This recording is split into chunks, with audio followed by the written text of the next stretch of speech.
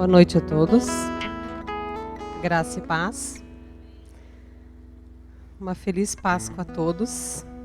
Hoje é mais uma noite importante que estamos na casa do Senhor. É sempre muito gratificante quando nós nos reunimos e nos preparamos para estar aqui. Amém?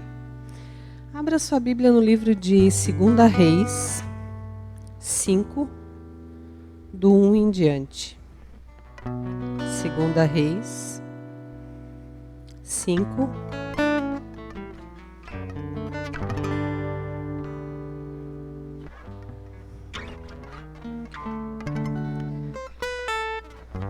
Naamã, comandante do exército do rei da Síria, era muito respeitado e honrado pelo Senhor, pois por meio dele o Senhor dera a vitória à Síria. Mas esse grande guerreiro ficou leproso. Ora, tropas da Síria haviam atacado Israel e levado cativa uma menina que passou a servir a mulher de Naamã. Um dia ela disse à sua senhora: se o meu senhor procurasse o profeta que está em Samaria, ele o curaria da lepra. Naamã foi contar ao seu senhor o que a menina israelita dissera. O rei da Síria respondeu: vá, eu lhe darei uma carta e você entregará ao rei de Israel. Então Naamã partiu, levando consigo 350 quilos de prata, 72 quilos de ouro e 10 mudas de roupas finas. A carta que levou ao rei de Israel dizia: junto com esta carta, estou te enviando o meu oficial Naamã, para que o cures da lepra.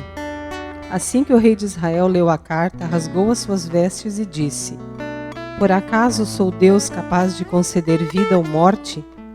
Para que este homem me envia alguém para que eu cure da lepra? Vejam como ele procura um motivo para se desentender comigo. Quando Eliseu, o homem de Deus, soube que o rei de Israel havia rasgado suas vestes, mandou-lhe esta mensagem: por que rasgaste tuas vestes? Envia o homem a mim, e ele saberá que há profeta em Israel. Então Naamã, com seus cavalos e carros, e parou à porta da casa de Eliseu. Eliseu enviou um mensageiro para lhe dizer: vá e lave-se 7 vezes no rio Jordão, sua pele será restaurada e você ficará purificado. Mas Naamã ficou indignado e saiu dizendo: eu estava certo de que ele sairia para receber-me, invocaria em pé o nome do Senhor, o seu Deus, moveria a mão sobre o lugar afetado e me curaria da lepra. Não são os rios Abana e Farfar em Damasco melhores do que todas as águas de Israel? Será que não poderia lavar-me neles e ser purificado? Foi embora e saiu dali furioso. Vamos até aqui. Eu estava meditando, pedindo para o Senhor uma palavra para essa noite, para trazer para a igreja, e o Senhor me trouxe essa passagem que fala de Naamã, um homem forte, um homem de frente de batalha, confiável. Acredito que um homem, não só como diz aqui, orgulhoso, mas um homem que recebia a confiança do rei dele para executar. Então era um homem, respeitado. Mas em toda essa história aqui, o que mais me chama a atenção até o final, fala muitas coisas aqui, Mas o que me chama mais atenção é que diz assim, no 2. Ora, tropas da Síria haviam atacado Israel e levado cativo uma menina, que passou a servir a esposa de Naamã.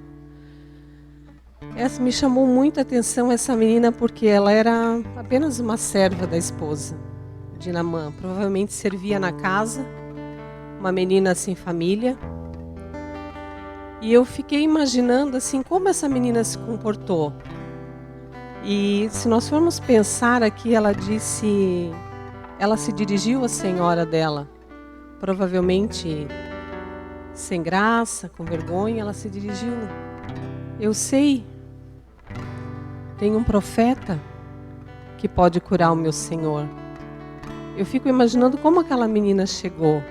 E muitas vezes nós pensamos que só os grandes, os grandes profetas, os grandes nomes, quando na verdade Deus usou uma menina, uma serva. E depois toda a história conta aqui, e no final ele diz, né? Eu não vou mais cultuar outros deuses, somente o Senhor. Então, quando essa menina ela se colocou a serviço, mesmo na timidez dela, né, na pouca importância que ela poderia aparecer, o céu se expandiu. Porque um guerreiro, um homem, né, como era Naamã, que conta toda a história aqui, no final ele diz: mas que o Senhor me perdoe por uma única coisa. Quando meu Senhor vai adorar no templo de Rimon, eu também tenho que me ajoelhar ali, pois ele se apoia em meu braço. Que o Senhor perdoe o teu servo por isso. Ele se rendeu tanto, ele foi tão grato, mas porque uma pessoa, mesmo que na pequenez dela, ela teve a ousadia de dizer, ela foi devagar e falou para alguém, e aquilo foi para frente, aonde o céu se expandiu, o nome de Deus veio a ser glorificado diante disso. E ao final Eliseu respondeu: vá em paz. Então todo aquele temor, todo aquele homem, né, que fala aqui que era Naamã, foi curado porque a atitude de uma pequena moça, uma menina, talvez ingênua, sozinha. E quantas vezes nós podemos estar à frente de algumas pessoas e nos sentimos assim: eu não vou falar porque, né, não conheço, não sou ninguém e pode ser que não ouça. Mas quando nós nos colocamos ao serviço do Senhor, como foi essa menina, que fala uma israelita, né? A mensagem do Senhor, ela vai se cumprir. Porque a palavra de Deus, ela vai e faz o que precisa. Eu achei tão importante esse pedacinho aqui, levou o menino uma cativa que virou uma serva. E quando nós nos colocamos diante do Senhor, cada um de nós é um servo. Cada um de nós pode dizer, né? Eu sei aonde tem. Eu sei quem pode curar, eu sei quem pode fazer. Eu lembro uma vez, eu estava com uma amiga e ela falou assim: eu queria tanto ter o meu casamento restaurado. Eu falei: mas eu sei quem pode te ajudar. Aí ela falou: quem? Eu falei: Deus pode restaurar a tua casa. Aí ela falou para mim: mas vai demorar. Eu falei: mas a cura é certa. Mas eu falei, foi uma opção dela não querer. Muitas vezes nós também podemos passar por uma situação assim. Nesse caso ela disse: eu sei que tem um profeta que pode curar. E nós também sabemos onde nós procuramos, né, a cura, onde nós podemos encontrar o bálsamo que o Senhor nos dá todos os dias e renova a misericórdia dele nas nossas vidas. Amém? Vamos orar? Pai, nós te adoramos nessa hora. Deus, nós nos rendemos a Ti, Senhor, gratos por esse dia. Obrigado, Senhor, porque nessa noite nós celebramos a Páscoa. Deus, obrigado porque aqui nós temos homens e mulheres servos, Senhor, do Teu reino. Oh Deus, que possamos ver, Senhor, não somente o que está na nossa frente, mas muito além, Deus. Obrigado, Senhor. Toma-nos, Senhor. Em nome de Jesus, Papai, nós queremos entregar o nosso coração, o nosso louvor a Ti, Senhor. Engrandecer o Teu nome, Deus, que Tu és digno, Senhor, de toda honra, de toda glória, de todo louvor. Obrigada por este lugar, Senhor. Incendeia, Senhor, os nossos corações. Oh Deus, em nome de Jesus, Papai, que possamos ser servos, Senhor. Que possamos atender, Senhor, todas as vontades do Teu coração. Deus, que essa semana seja uma semana de vitória, Senhor, uma semana de honra, Deus, uma semana em que cada um de nós, Senhor, pode ajudar a expandir o Teu reino. Que o céu se abra, Deus, e que possamos ver, Senhor, tudo que Tu coloca diante de nós, as maravilhas, Senhor. Nós Te adoramos por essa noite. Obrigada, Deus, nós Te agradecemos, Senhor, por tudo, em nome de Jesus. Amém. Aleluia. Coisa maravilhosa. E você já parou para pensar nesse momento que nós estamos louvando, agradecendo, engrandecendo o nome de Jesus, que o mesmo Espírito que ressuscitou Jesus vive dentro de nós? O mesmo poder que ressuscitou Jesus está dentro de nós. Aleluia, a coisa mais maravilhosa. Chegamos no momento dos nossos dízimos e ofertas, momentos preciosos que nós temos, que o Senhor nos deixou, é a obediência. E como é bom nós sabermos que somos obedientes. Como o pai ama um filho quando o filho é obediente. Não é assim? O filho é amado. E o Senhor deixou esse ensinamento para nós, né? Vamos abrir a palavra lá em Filipenses 4, 18. Diz assim: aqui está meu recibo de tudo que vocês me enviaram e que foi mais do que necessário. Tenho tudo o que preciso, especialmente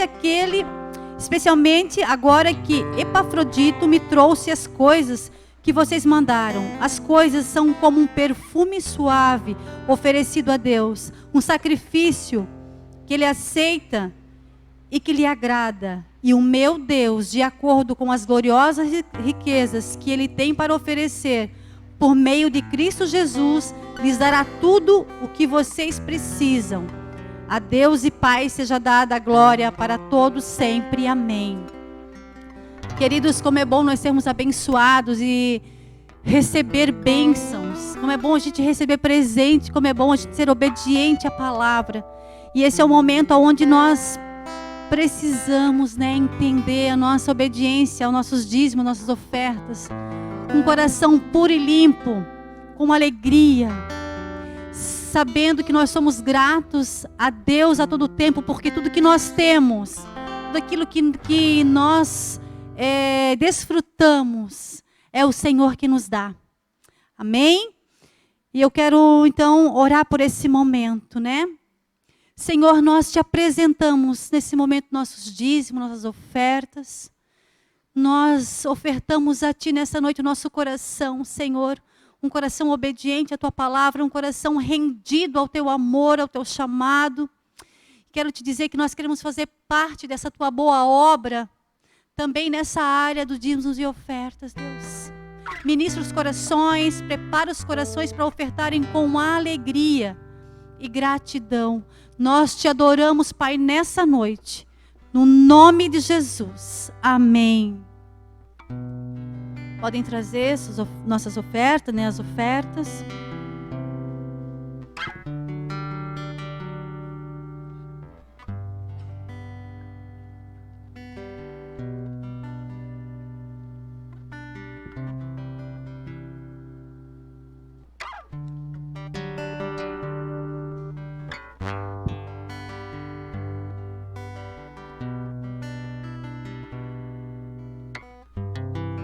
Graças a Deus. Vamos chamar as crianças para o nosso cultinho, até 10 anos, Hoje temos várias princesas, príncipes. Olha que coisa mais preciosa. Obrigada, Jesus. Senhor, nós te adoramos, Pai. Abençoamos cada criança na tua casa, Senhor. Apresentamos a Ti cada coração, cada vida, cada ministério que Tu já tens preparado para eles, Senhor. Que eles possam desfrutar dessa noite na Tua casa e receber da Tua palavra, Deus. Muito obrigada por cada família aqui representada por essas crianças. Nós Te louvamos e Te adoramos no nome de Jesus. Amém. Amém. Vocês podem ir lá que a prof já vai, sou eu hoje. Nós já vamos lá. Aleluia. Glória a Deus. Vamos chamar a pastora Vera. Com alegria nós servimos, queridos? Amém. Obrigada, Jesus, por mais esse domingo que estamos aqui na Tua casa, Pai.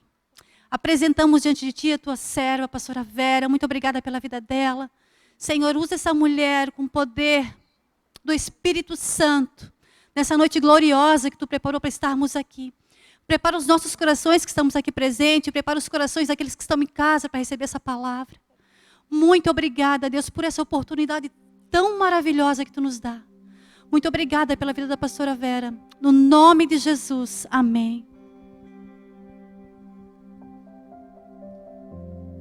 Obrigada, pastora Marisa.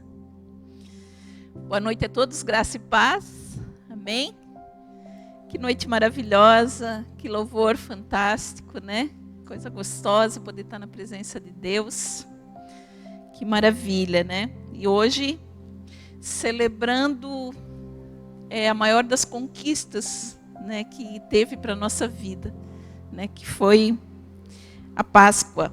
E hoje nós vamos falar um pouquinho a respeito disso. Vamos abrir o livro de Êxodo, capítulo 12.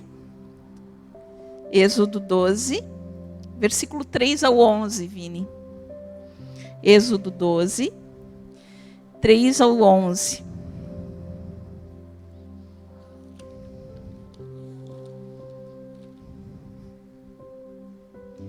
Digam a toda a comunidade de Israel que no 10º dia desse mês, todo homem deverá separar um cordeiro ou um cabrito para sua família, um para cada casa.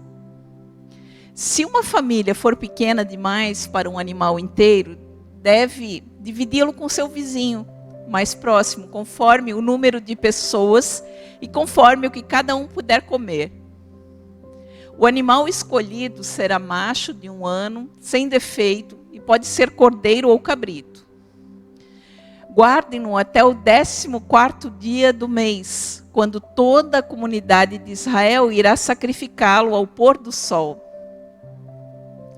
Passe então um pouco do sangue nas laterais e nas vigas superiores das portas das casas nas quais vocês comerão o animal. Naquela mesma noite, comerão a carne assada no fogo, com ervas amargas e pão sem fermento.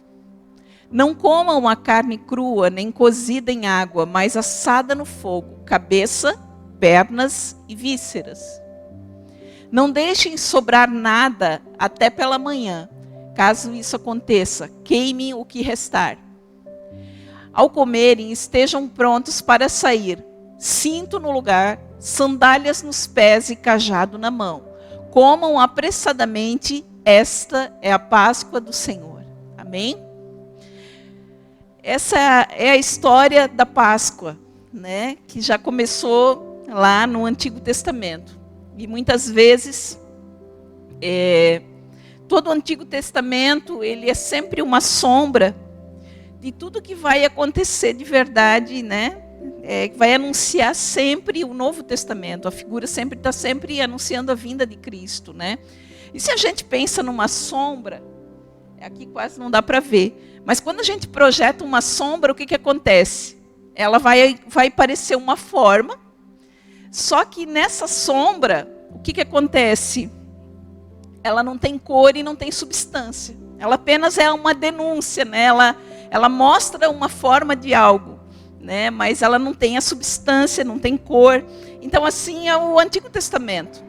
E aqui em Êxodo, Deus instituiu a Páscoa. E se você ler, diz que, olha, isso era uma festa, uma comemoração permanente. Né? Quer dizer, não ia ser temporal. Essa era uma comemoração permanente, né? Para aqueles que eram os filhos de Deus. Então, mas desde o começo, desde o início do mundo, né? Desde que o homem pecou, tudo já foi anunciado. Né? Aqui a gente lê que a Páscoa, né, era preparado um cordeiro, tudo isso. Isso tudo depois simbolizando o próprio Cristo, que veio como um cordeiro para morrer pelo nosso lugar. Né? Desde lá do Éden, se a gente olha, quando o homem pecou, e quando o homem tomou consciência de que estava nu, precisou haver um derramamento de sangue. Ali já começou o anúncio de Cristo, né? Porque Deus, ele não é pego de surpresa, né? Ele conhece a criação dele, né? E para confirmar isso, depois eu vou voltar aqui, coloca ali para nós, Vini, Apocalipse 13, 8. Apocalipse 13, 8.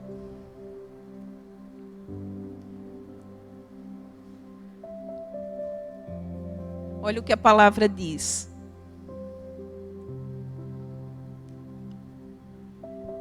Apocalipse 13, 8. Nós vamos ver várias passagens. Não está conseguindo. Deixa eu abrir aqui.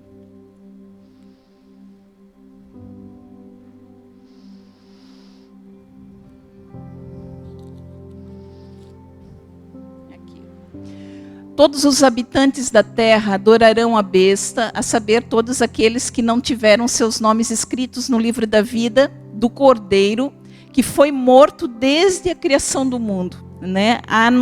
Já estava anunciado a morte, né, de Cristo desde antes da fundação do mundo. Em Efésios 1:4 também diz que ele nos elegeu nele antes da fundação do mundo para que fôssemos santos e irrepreensíveis diante dele em amor. Né? Tudo isso Deus já havia predestinado sobre a nossa vida, né? A vinda de Jesus para a gente. Né? Então aqui no Êxodo foi instituída a Páscoa. Né? E o que era a Páscoa? Era uma passagem. Porque o povo estava escravo, 430 anos no Egito. E o povo clamou, e Deus atendeu, e foi onde ele levantou Moisés, né, para ser um libertador. E essa passagem, esse percurso que eles tinham que fazer, do Egito até Canaã, se você estudar, era um trajeto de mais ou menos 250 quilômetros. E, na verdade, era para demorar 40 dias. Só que levou 40 anos. Hoje eu fiquei pensando, se eu fosse Moisés, Deus chamou ele para fazer isso. E muitas vezes Deus chama a gente para fazer algumas coisas. E como aqui era um trajeto de 250 quilômetros, gente, vocês pensam, e era para levar 40 dias, acabou levando 40 anos. E tem coisas que fogem, né, do nosso controle, do nosso plano, da nossa expectativa, da maneira como a gente acha que deveria acontecer. E a gente pensa que a gente está fracassando. Né? Eu fiquei imaginando Moisés passando por essa situação. Né? E, na verdade, tudo tinha a mão de Deus e ele sabia o tempo que as pessoas precisavam ficar ali. Né? E aqui nessa Páscoa, então, foi anunciado, né, que eles deveriam procurar um cordeiro, um cabrito, sem mancha, sem defeito. Separar um cordeiro no 10º dia e guardar ele até o 14º para sacrificar. Isso tudo a gente vai vendo a figura de Cristo. Né? Se a gente ler João 2, vou ler aqui. O que Jesus falou que iria acontecer. João 2, 18 ao 22.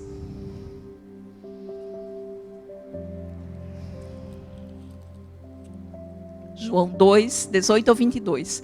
Então os judeus lhe perguntaram: que sinal milagroso o Senhor pode mostrar-nos como prova da sua autoridade para fazer tudo isso? Jesus lhes respondeu: destruam esse templo e eu o levantarei em 3 dias. Os judeus responderam: esse templo levou 46 anos para ser edificado e o Senhor vai levantá-lo em 3 dias? Mas o templo do qual ele falava era o seu corpo.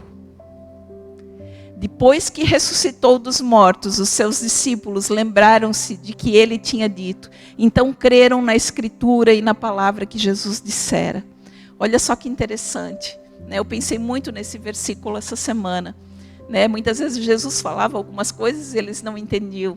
Quando Jesus dizia que o templo ia ser destruído, ele estava falando que estava terminando uma era e ia começar a nova aliança que ia ser feita no sangue dele.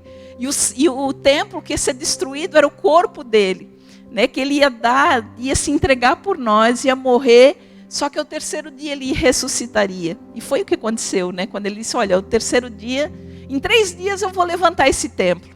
Ele estava falando: eu vou levantar uma nova aliança que eu vou fazer com vocês.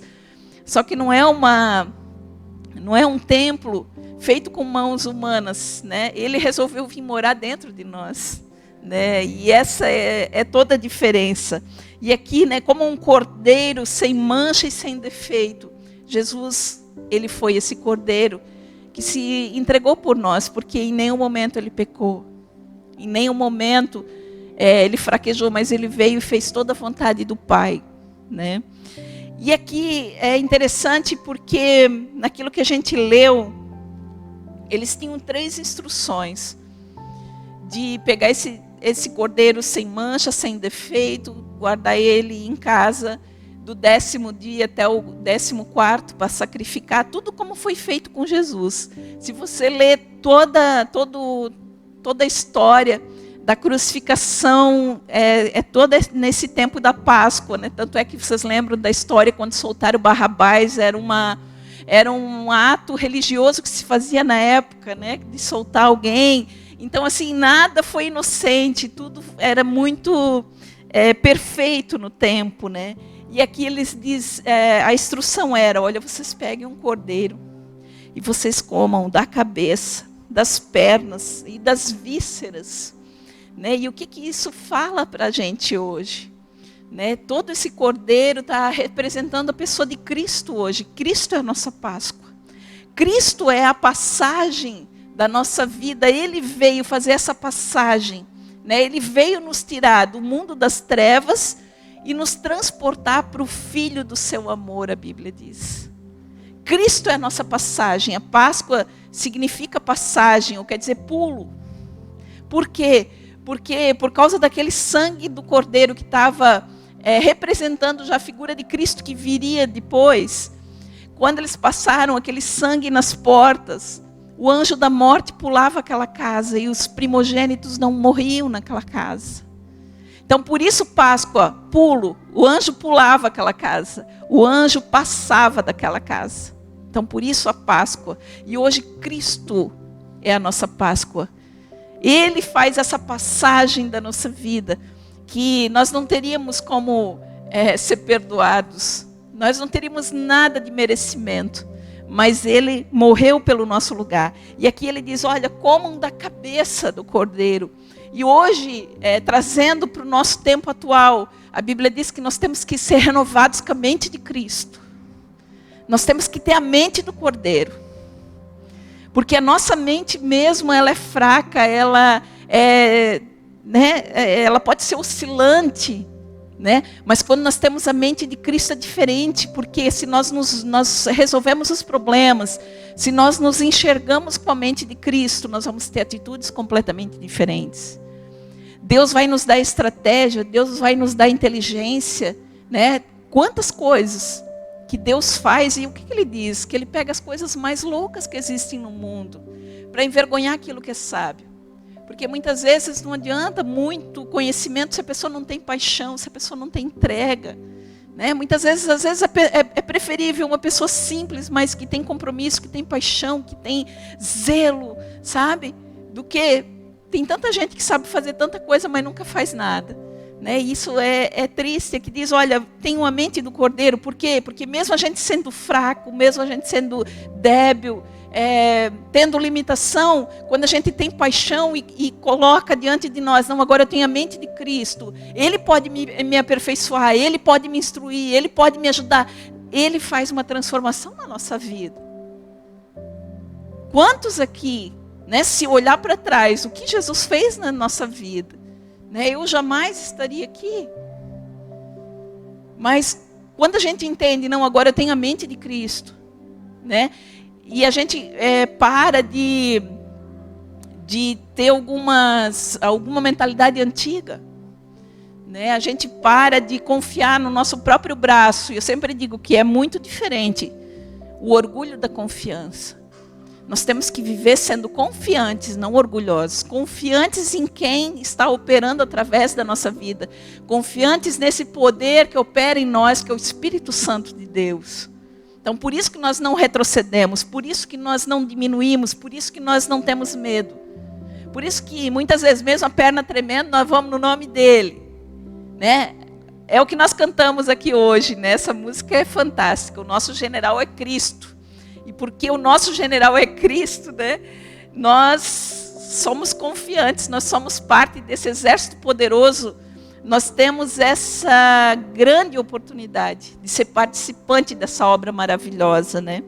Depois ele diz que nós deveríamos comer deveriam comer das pernas, né? Quer dizer, nós temos que andar nos caminhos do Senhor. Nós temos que estar constantemente, né, perguntando para Deus, né, aonde nós devemos ir, o que nós devemos fazer, né, convidar a Cristo para caminhar com a gente.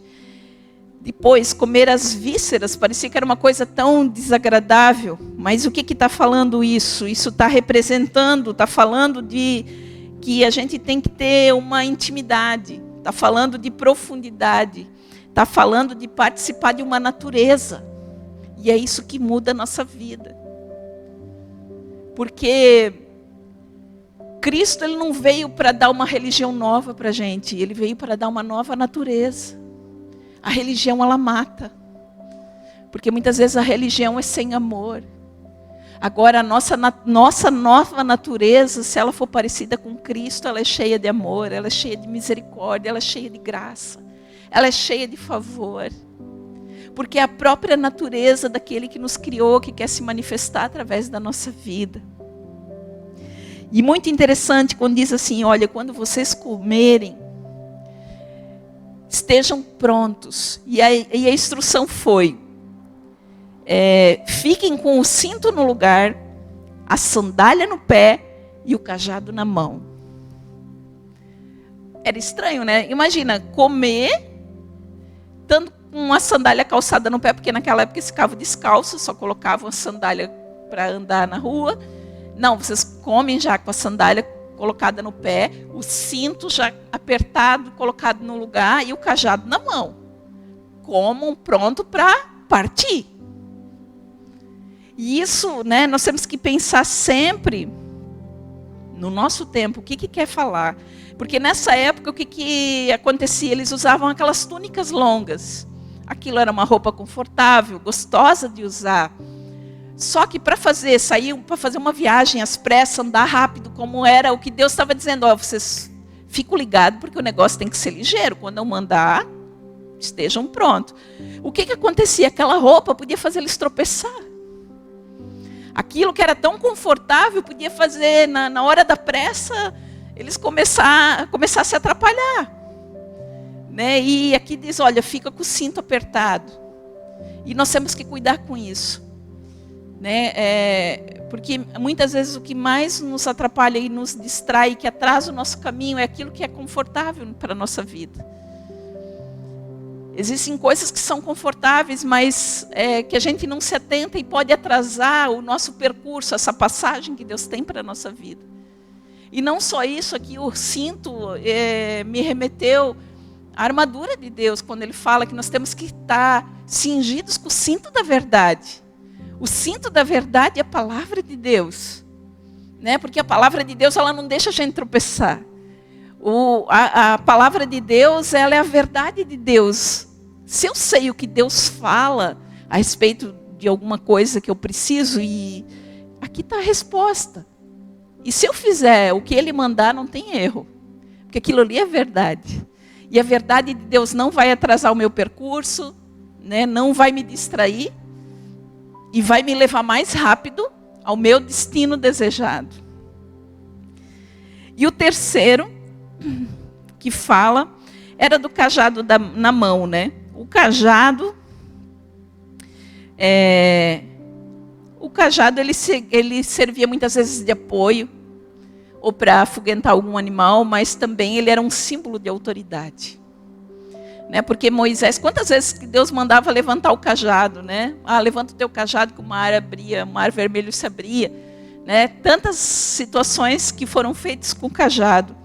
Então, nessa passagem, eles tinham que se assuntar com 3 coisas. Né? Estar pronto, ter prontidão para partir a hora que fosse necessário. Estar pronto qualquer hora. E é o que é a nossa vida. Hoje a gente conversa, muitas vezes, a gente está conversando a respeito da volta de Cristo. E existem tantas divergências de pré e pós e contra. E eu disse, eu não quero nem saber, eu quero saber que eu estou pronta todo dia, a hora que ele vier, eu estou e eu vou. Né? Não quero ficar discutindo com ninguém, mas eu quero viver pronto todo dia, né? Sem ficar discutindo nada. Né?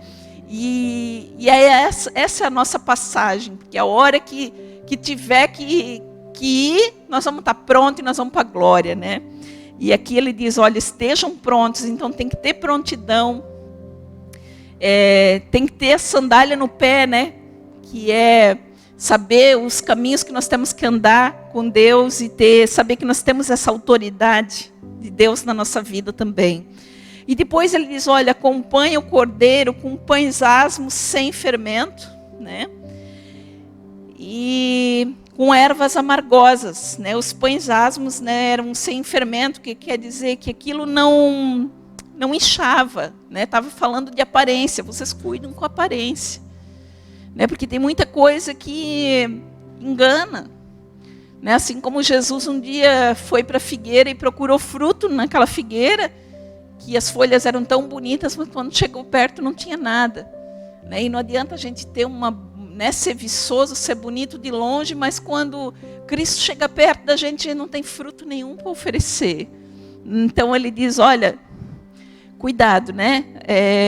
Come, né, esse cordeiro aí com pão sem fermento. Não tenha algo que seja só uma aparência, né? Porque o próprio Cristo agora é o pão vivo que desceu do céu para a gente, né? E as ervas amargosas aqui representam as aflições, as tribulações que Jesus nunca disse que a gente não ia ter. Ele sempre disse, olha, no mundo vocês vão ter aflição. Mas tem de bom ânimo, porque eu venci o mundo. E se eu venci, vocês vão vencer.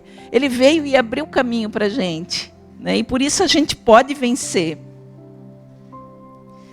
Então, nós temos que pensar em tudo isso, né? Em não ter nenhuma distração, nenhum atraso, nada que venha nos fazer tropeçar, né?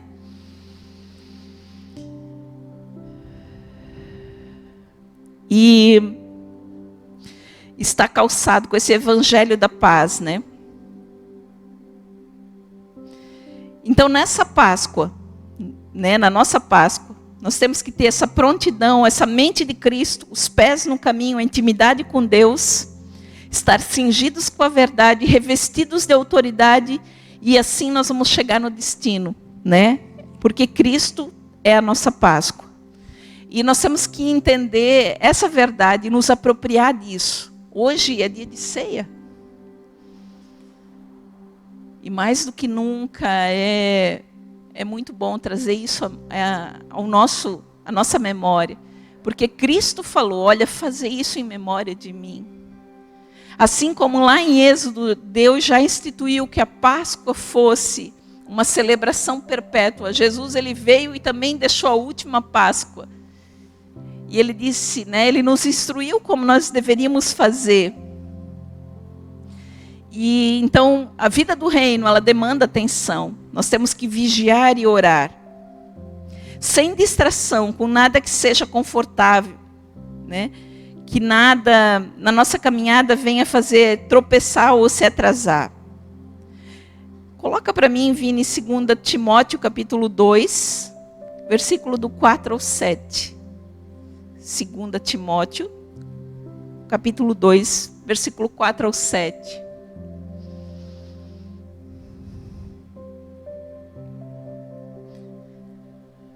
Nenhum soldado se deixa envolver pelos negócios da vida civil, já que deseja agradar aquele que o alistou. Pode parar aí por enquanto. Olha só o que diz. Nenhum soldado se deixa envolver pelos negócios da vida civil, já que deseja agradar aquele que o alistou. Nós hoje falamos que nós somos um soldado de Cristo, que Ele é o nosso general. Quando um soldado ele é chamado para participar de uma guerra, ele tem que deixar tudo para trás. Ele está lá, imagina se ele está com a cabeça lá e resolvendo as coisas de casa. Se ele pudesse ter um celular resolvendo tudo, ele não ia conseguir combater o bom combate daquele momento. Não é assim? E aqui está falando que assim é a nossa fé. né, que nós temos que cuidar para não nos envolver num ponto da nossa vida que venha acontecer uma distração e que a gente não venha fazer a vontade daquele que nos alistou. Porque a Bíblia diz o quê? Buscar em primeiro lugar o reino de Deus e a sua justiça, e todas as coisas vão ser acrescentadas. E hoje a gente está vivendo um tempo que as pessoas correm atrás de tudo e esquecem de Deus. E ele diz, olha, se vocês me buscar em primeiro lugar, eu vou acrescentar tudo para vocês. E hoje nós estamos vivendo um tempo onde as pessoas estão esquecendo que nós temos um Deus que Ele é dono de tudo. Um Deus que Ele é sobrenatural, um Deus que Ele continua fazendo milagre. E as pessoas, elas estão tão ansiosas, estão tão preocupadas, estão tão egoístas, buscando tanta coisa no mundo, né? Tanta riqueza, tanta coisa, esquecendo de buscar o Senhor. E às vezes vão viver aqui nessa terra 70, 80, 90 anos, e a eternidade vai ser com quem? E aqui ele diz, olha, me busca em primeiro lugar, porque depois eu acrescento tudo que vocês precisarem, né? E aquilo que for do propósito de Deus. O próximo versículo, Vini. Semelhantemente, nenhum atleta é coroado como vencedor se não competir de acordo com as regras. Aqui também, olha que interessante. Aqui também ele diz, olha, ele também fala de um competidor. Para o cara fazer parte de uma competição e para que ele possa ser considerado um vencedor, ele tem que cumprir as regras. As nossas regras estão aqui. Ele nunca cobrou uma velocidade, né? Ele espera que na nossa carreira da fé, o importante é nós chegarmos. Ele nunca, né? Por quê? Porque nós temos velocidades diferentes. E o desejo de Deus é que todos cheguem. E nós temos que ter paciência com quem tem menos velocidade do que a gente. A Bíblia diz que nós temos que ter paciência com aqueles que são fracos na fé. Né? Tem tantas coisas, hoje ainda até tirei um print de um outro versículo que eu estava lendo, de muitas coisas que às vezes a gente tem que ter paciência, não ficar discutindo, né? Tem que ter amor, tem que ter misericórdia. E é uma verdade, né? Assim, nós temos que prestar atenção na nossa vida. Assim, que Cristo que nós portamos, né? Será que as pessoas, quando elas saírem de perto de nós, elas vão querer voltar, elas vão ficar com saudade? Será que a gente é uma pessoa agradável, né? uma pessoa bacana? Ou muitas vezes, né, será que a nossa fé não quer só se impor sobre a vida das outras pessoas? Né? A gente tem que cuidar para não querer ter sempre razão, saber conversar.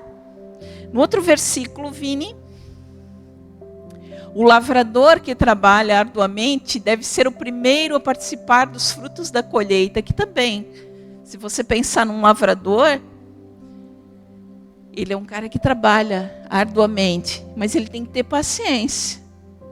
Porque muitas vezes a terra está lá com a semente escondidinha, ninguém sabe nem que ele semeou nada. Ele sabe que está ali a semente. Muitas vezes ele preparou a terra, ele adubou a terra, ele molha, e só que vai chegar um tempo que vai vir a colheita, como diz aqui, né? E ele vai ser o primeiro a ser o participante daquela colheita que vier. Então, assim, nós também temos que ter essa paciência. Tem coisas que nós não sabemos quanto tempo vai demorar. Nós não sabemos por onde vai vir, aonde vai vir, sabe? E tem coisas que não vão vir no nosso tempo, existem coisas que vão vir talvez na nossa descendência. Mas nós não podemos deixar de plantar. Nós não podemos desanimar. Eu sempre digo, né? Porque, poxa, daí tem gente que... mas se eu fizer... Eu não quero fazer, porque a pessoa não merece aquilo ali. Mas a gente não faz porque as outras pessoas merecem. A gente faz porque é uma natureza de Deus nossa fazer. Nós também não merecíamos tanta coisa. Mas agora, como nós somos filhos de Deus... Nós temos que entender que nós não temos que ter uma religião, nós temos que ter uma natureza. E a natureza de Deus, ela é boa. Então nós temos que ser pacientes. Nós temos que semear amor. Nós temos que semear, né, misericórdia, favor. Né? Tanta coisa, às vezes eu penso, poxa, hoje a gente vem de uma celebração que é Páscoa. A maioria de vocês aqui, com certeza, estiveram com as suas famílias. E não tem como a gente colher algo se a gente não planta. Porque assim, é maravilhoso, né? A gente está lá sentada com todo mundo, comendo junto, comendo aquelas coisas boas, mas quanto trabalho que dá para preparar aquilo? Não envolve só comida, envolve às vezes limpar o ambiente, organizar. Eu comecei sexta-feira. Limpa a churrasqueira, passa aspirador, lava chão, tempera a carne, faz sobremesa, vai no mercado. Para se resumir num almoço. Você trabalhou 2 dias e meio. Quem tem preguiça não oferece nada. Quem não tem amor não quer ter trabalho. Não quer ter sacrifício. Só que também não vai colher nada. Não vai ter lembrança de nada. Sabe? Não vai ser um exemplo. Então, às vezes assim, a gente está lá, rodeado com a família, né? Vivendo momentos bons, que vão ser momentos afetivos, memórias afetivas, né? Coisas tão gostosas de viver, mas demandam um esforço da nossa vida, né? Demanda uma semeadura em servir, né? Quando nós falamos que Cristo, Ele nos colocou aqui numa situação de governo, né? Desde lá da criação do homem, Ele mandou que o homem governasse tudo que Ele criou. E muitas vezes a pessoa, ela entende o governar só como mandar. O governo, na verdade, fala sobre servir a outras pessoas. Cada pessoa que Deus coloca para governar alguma coisa, Ele está governando para alguém. Quando nós elegemos um político, nós elegemos ele para ele governar a favor do povo. Não é assim? E muitas vezes nós estamos aqui, né? Cada um aqui às vezes tem uma função. E isso eu também penso, poxa, eu sou presidente, eu estou presidente. Né? Porque a igreja é do Senhor, é de Jesus. Hoje eu posso estar, amanhã é outra pessoa. Então nós temos que cuidar. Por quê? Porque qualquer função que Deus dá para a gente, Ele dá para fazer a favor de servir alguém. Jesus, Ele veio e Ele foi o modelo perfeito. Em tudo, sendo filho de Deus, Ele veio como exemplo de servo. A palavra que a Gê abriu aqui hoje. A maior autoridade é saber servir. E pode ver que as pessoas que mais têm destaque é porque elas sabem fazer algo com excelência. Elas sabem servir em alguma coisa com excelência. Por isso que elas estão em posição de governo. E assim como disse a Gê, aquela menina lá era uma escrava. Mas a mentalidade dela, imagina como era o serviço dela para fazer um cara do alto escalão do governo escutar uma menina que era uma empregada, que era uma escrava na casa. Ela tinha que executar muito bem o trabalho dela para que ela tivesse crédito. Então, assim, quanta coisa pode acontecer. Deus tem propósitos diferentes, Ele estabelece pessoas em lugares diferentes, e não quer dizer que essas pessoas vão ter menos valor. Elas só têm propósitos diferentes.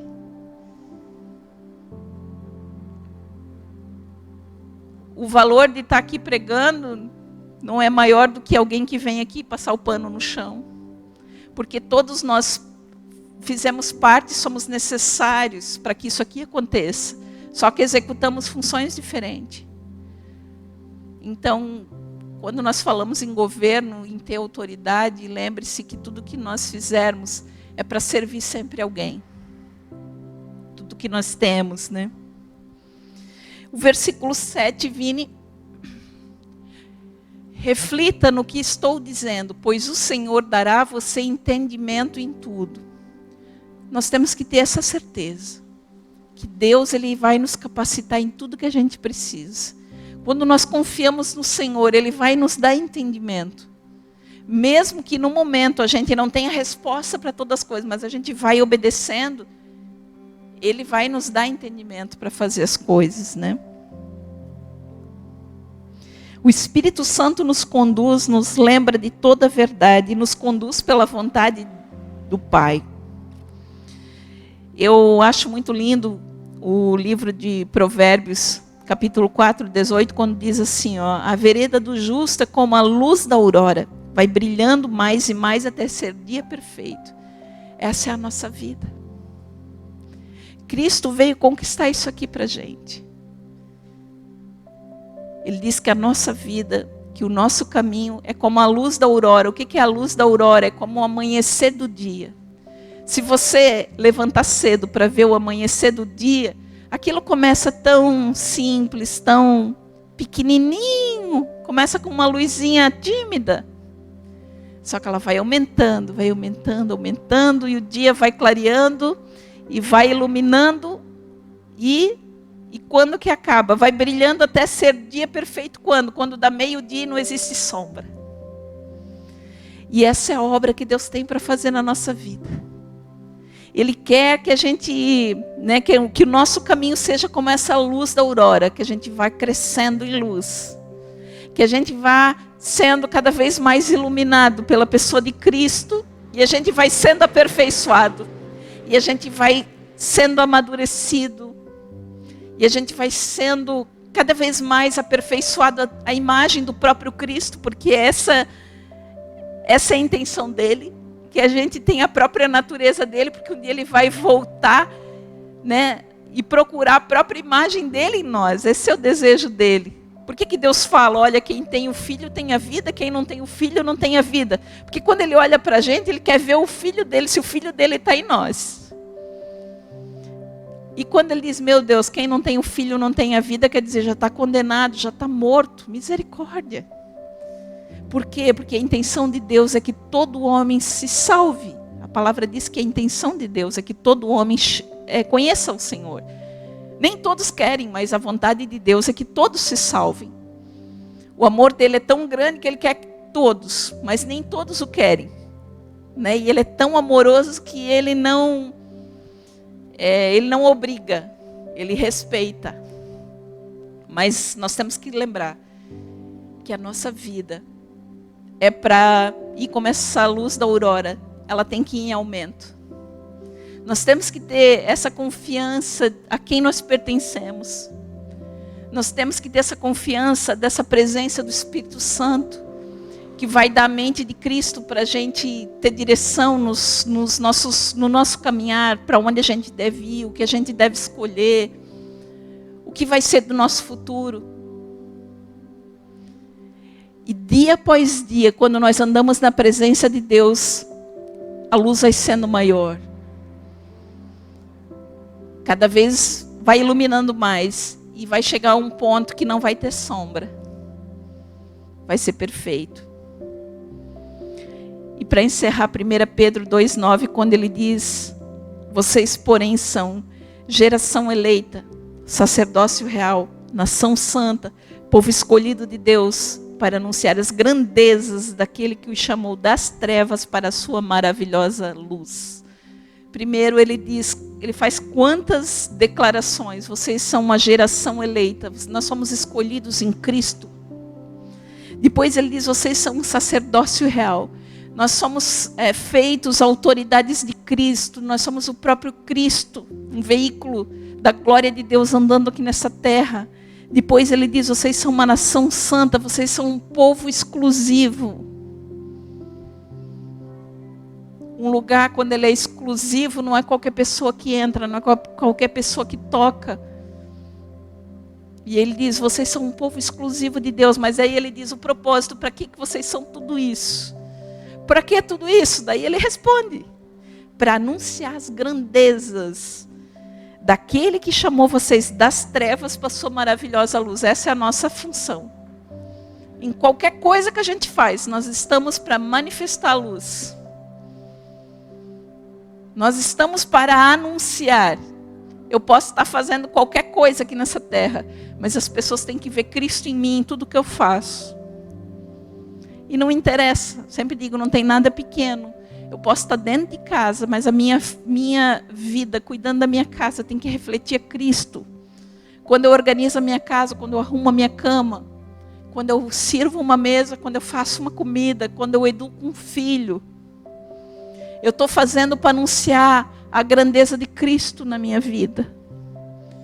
Quando eu cuido do meu carro, quando eu vou no balcão da padaria, o jeito que eu trato uma pessoa, quando alguém bate no meu portão e pede um copo de água, em tudo nós somos feitos para anunciar as grandezas de Deus, usar a inteligência de Deus para glorificar o nome de Deus em tudo que a gente fizer. Então, assim, que essa mensagem fique no coração de vocês, né? Que essa Páscoa, ela foi instituída como um memorial eterno. Que vocês guardem isso, né? Que nós tenhamos, como nós falamos aqui, prontidão. Que nós venhamos a lembrar o tempo inteiro. Eu não tenho mais aquela velha natureza de ser medroso, de achar que eu não sei as coisas. Não, agora eu tenho a mente de Cristo. Quando isso começou a mudar na minha vida, eu era extremamente medrosa. E eu comecei a dizer para mim mesmo, agora eu não tenho mais medo, porque eu sei que eu não estou sozinha. E se eu estou convidando Cristo para mim ter a mentalidade dele, eu estou pedindo para o Espírito Santo me ajudar nas minhas decisões, então eu não vou me enganar, porque eu não estou mais sozinha. E isso começa a mudar todos os nossos hábitos. A gente começa a ter confiança naquilo que a gente faz, porque a gente sabe que a gente não está fazendo por nós mesmos. Então, prontidão, mente de Cristo, os pés no caminho, intimidade com Deus, não ter distração, estar cingido com a verdade, revestido de autoridade, para anunciar as grandezas daquele que nos tirou das trevas e nos levou para o reino do Filho do seu amor. Amém? Vamos nos colocar de pé. Aleluia, Senhor, nós queremos te adorar. Obrigado, porque é tão maravilhoso poder estar aqui, Senhor, falando da tua palavra, relembrando os teus estatutos perpétuos, Senhor.